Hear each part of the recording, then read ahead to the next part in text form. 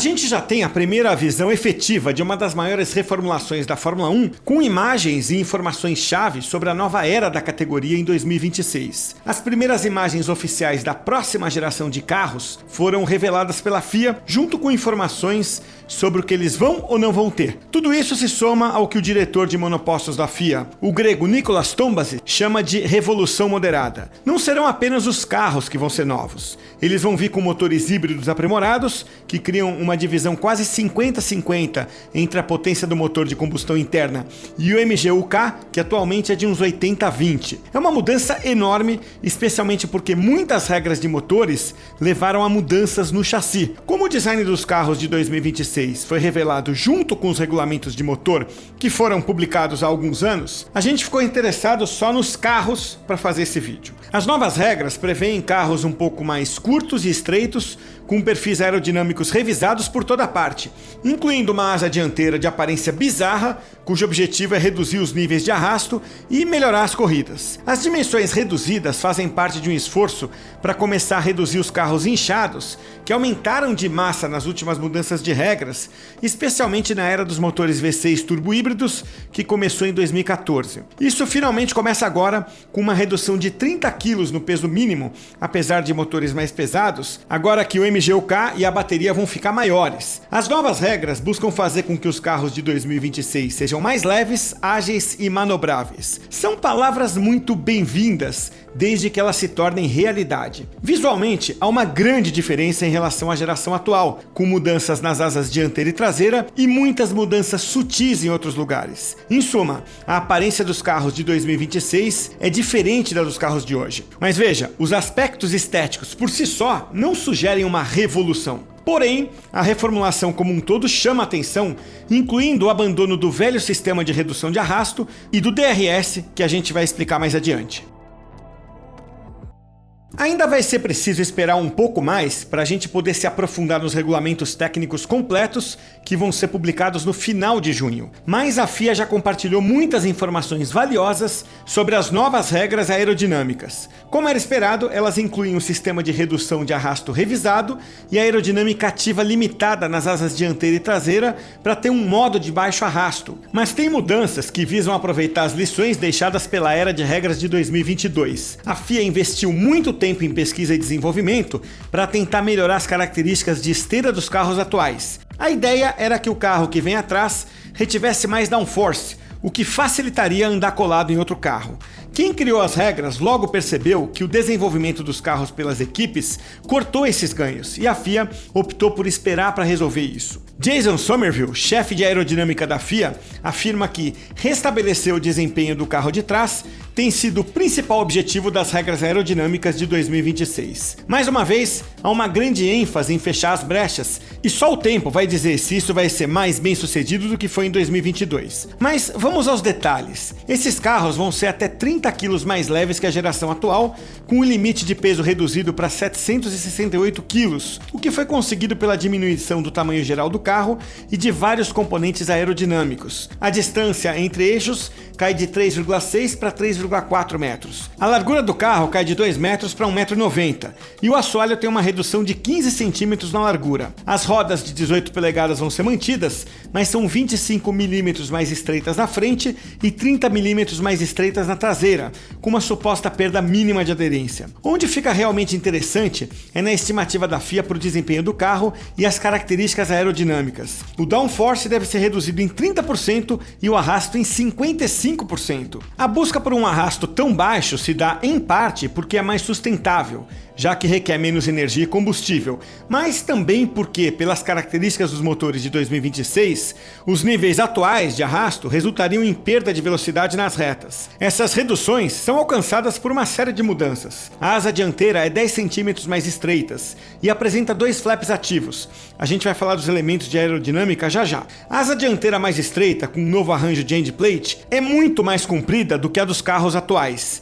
É uma tentativa de eliminar o outwash, em que o fluxo de ar é forçado ao redor das rodas dianteiras, para evitar que um fluxo de ar indesejado seja canalizado pelo resto do carro. A FIA acha isso crucial para melhorar as características do rastro e facilitar o acompanhamento, já que, em termos simples, as equipes adoram criar outwash para melhorar o desempenho, mas isso prejudica a corrida. Não vai haver mais paralamas sobre as rodas dianteiras, mas parte da carenagem das rodas vai ser obrigatória para ajudar a alcançar o desempenho ideal do rastro. Painéis de controle de in-wash vão estar na frente dos sidepods para ajudar a controlar o fluxo de ar das rodas também. Mas na era do efeito solo, o assoalho e o difusor é que são fundamentais para o desempenho.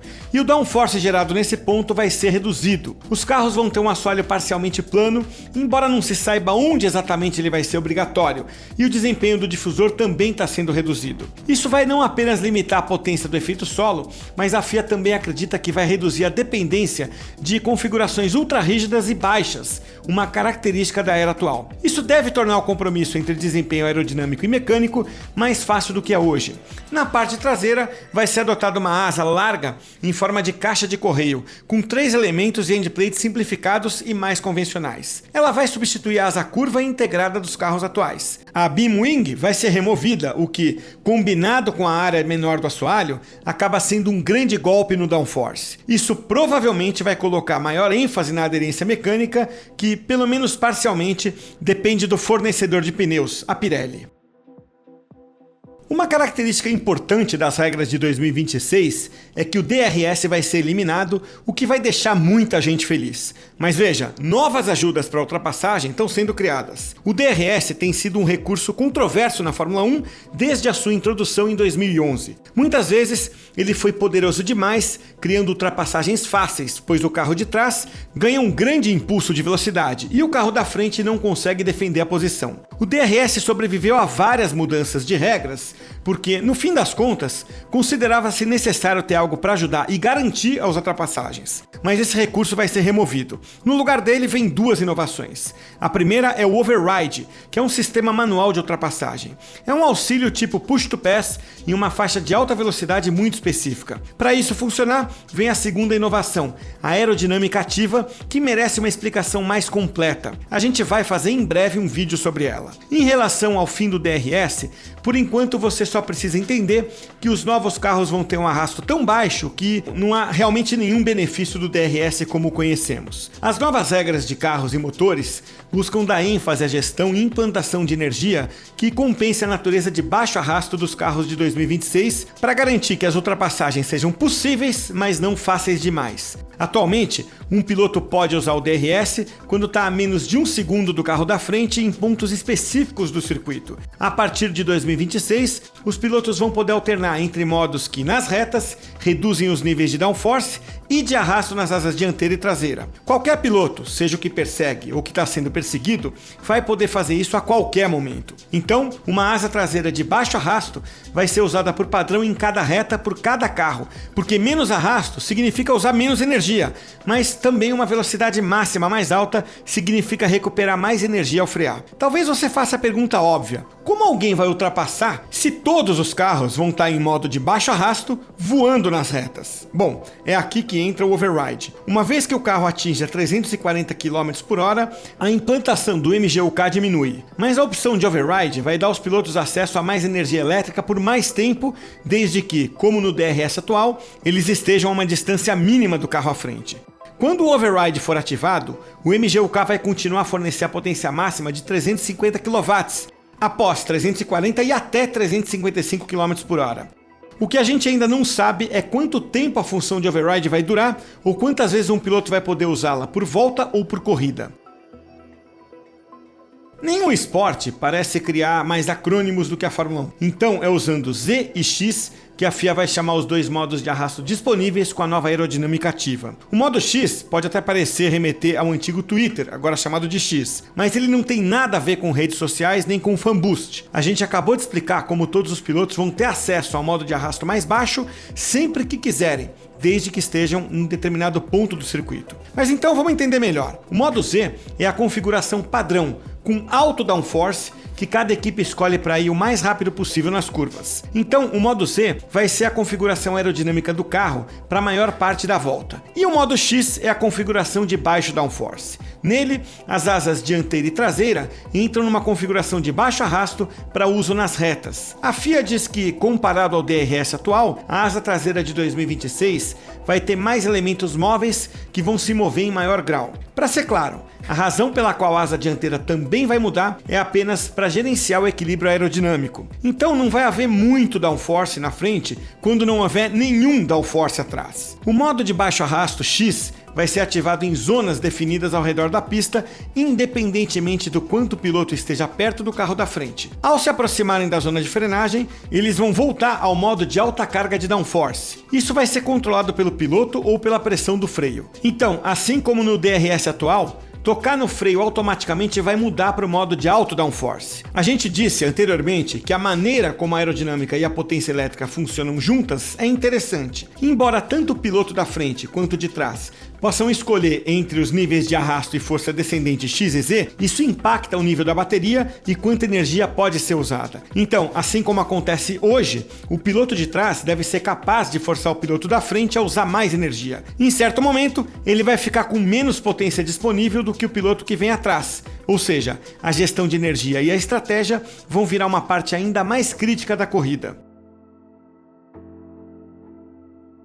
Há muito o que celebrar nessas novas regras, incluindo alguns avanços em segurança e sustentabilidade. Isso inclui testes de carga de arco de proteção, o Santo Antônio, 45% maiores do que há alguns anos, um legado do acidente de Guanyu em Silverstone em 2022, e uma melhoria de 10% na quantidade de energia que os carros podem suportar em um acidente sem adicionar massa extra. A FIA diz que está planejando um carro menor e mais leve sem comprometer a segurança. Há um desejo claro da entidade de enfatizar a suposta agilidade que as regras de 2026 vão criar. E é bom que se reduzam o peso e tamanho dos carros mesmo, mas em termos reais, considerando que os carros atuais são algumas centenas de quilos mais pesados do que os de 2 décadas atrás, 30 quilos não é tão animador assim. A verdade é que os carros híbridos da Fórmula 1 vão ser grandes e pesados e não tem como fugir disso.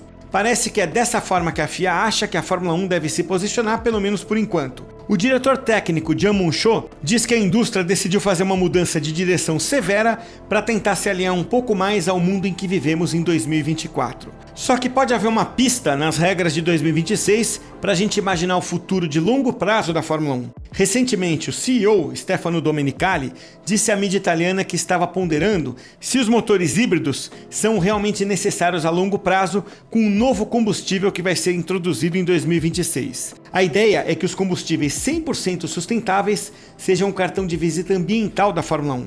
A FIA quer que os combustíveis sejam drop-in para que possam ser usados em quase qualquer veículo com motor de combustão interna. Ele afirma que até 2030 ainda vai haver 1,2 bilhão de carros nas estradas em todo o mundo. A FIA diz que o combustível desenvolvido para a Fórmula 1 poderia, portanto, ser usado para reduzir as emissões em escala industrial. Embora extremamente otimista, isso seria relevante para as estradas e, portanto, algo que os fabricantes de carro podem querer adotar e defender. Focar em combustíveis sustentáveis, abandonar os carros elétricos e voltar exclusivamente para a potência de combustão em forma de V6 ou V8, com o perdão dos fãs do V10 e V12, viria então com uma série de benefícios, motores mais simples, mais leves e com som melhor. É possível sonhar, portanto, que as regras de 2026 possam ser apenas um movimento intermediário no caminho de volta para os carros não híbridos devidamente menores e mais leves. Mas isso exigiria a adesão dos fabricantes. A FIA e a Fórmula 1 sabem muito bem que essa adesão foi alcançada apenas agora com os novos híbridos.